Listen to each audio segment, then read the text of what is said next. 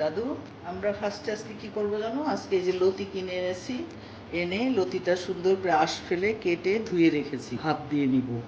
ভাপ দিতে হলে কি করব, একটু পানি গরম করে নিয়েছি। এখন একটু হলুদ দিলাম এর মধ্যে, হ্যাঁ, একটু হলুদ দিয়ে পানিটা যখন একটু হয়ে যাবে তখন আমি দিয়ে একটু উঠিয়ে ফেলবো। এদিকে আমরা কি করব জানো? চিংড়ি মাছ দিয়ে রান্না করব, তো চিংড়ি মাছে একটু হলুদ, সামান্য একটু লবণ মাখিয়ে নিব। এই যে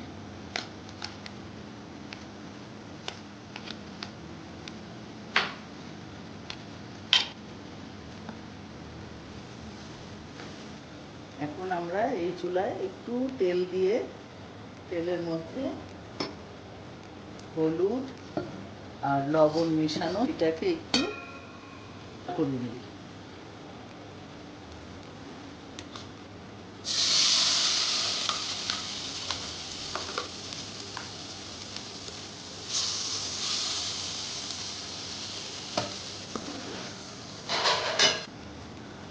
ভাপানো হয়ে গেছে, এখন আমরা এটা তুলে ফেলি।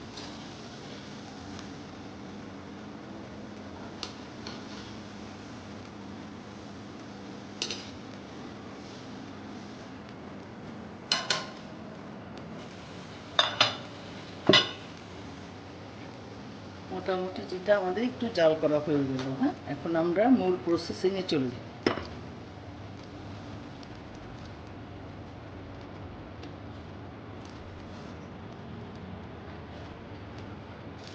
আমরা আজকে লতিটাকে তেলে রান্না করবো, ঠিক আছে? তবে একটু তেল দিয়ে দিলাম। একদম তেল গরম হলে একটু জিরা দিয়ে দিচ্ছি, জাস্ট ফোড়ন। দুটো শুকনো মরিচ দিয়ে দিলাম, এক চামচ আদা বাটা, একটু নারকেল কুচানো, একটু এক চামচ সরিষা বাটা, হাফ চামচ লবণ দিলাম,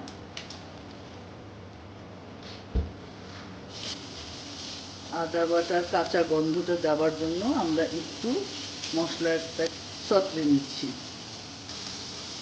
সামান্য হলুদ, একটু লঙ্কা গুঁড়ো,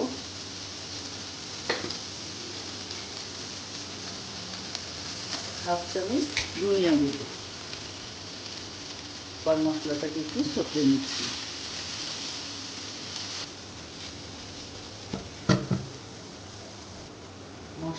মশলাটা যাতে পুড়ে না যায় একটু পানি দিয়ে দিই।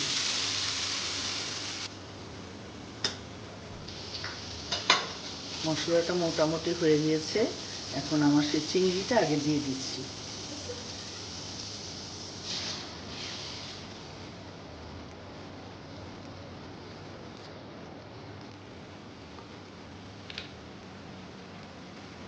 পেঁয়াজটা একটু পরে দিলাম, পেঁয়াজটা একটু কচকচে থাকে।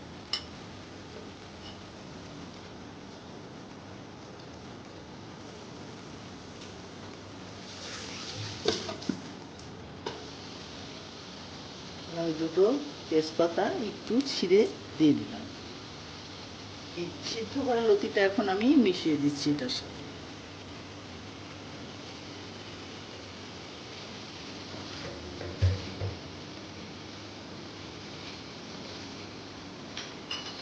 লতিতে কারো কারো গলা ধরে, সেই জন্য একটু লেবু দিতে হয়।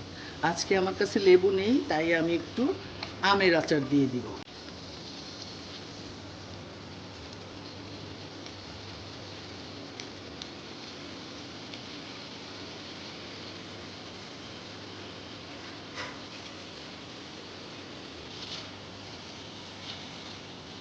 নেড়ে চেড়ে মিশিয়ে দিচ্ছি। এখন একটু কষিয়ে নেওয়ার জন্য ঢেকে রাখবো কিছুক্ষণ। সুন্দর করে কষানো হয়ে গেছে, এখন একটু পানি দিতে হবে। আমি এখানে 1 মগ পানি দিচ্ছি।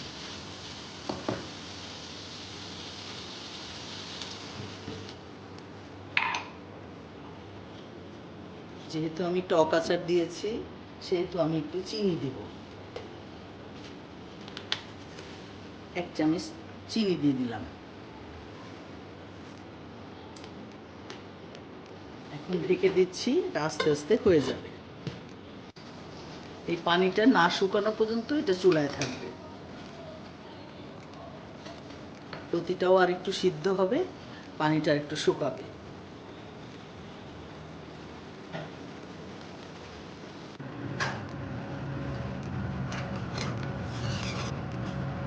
হয়ে গেল আমাদের লতি চিংড়ি।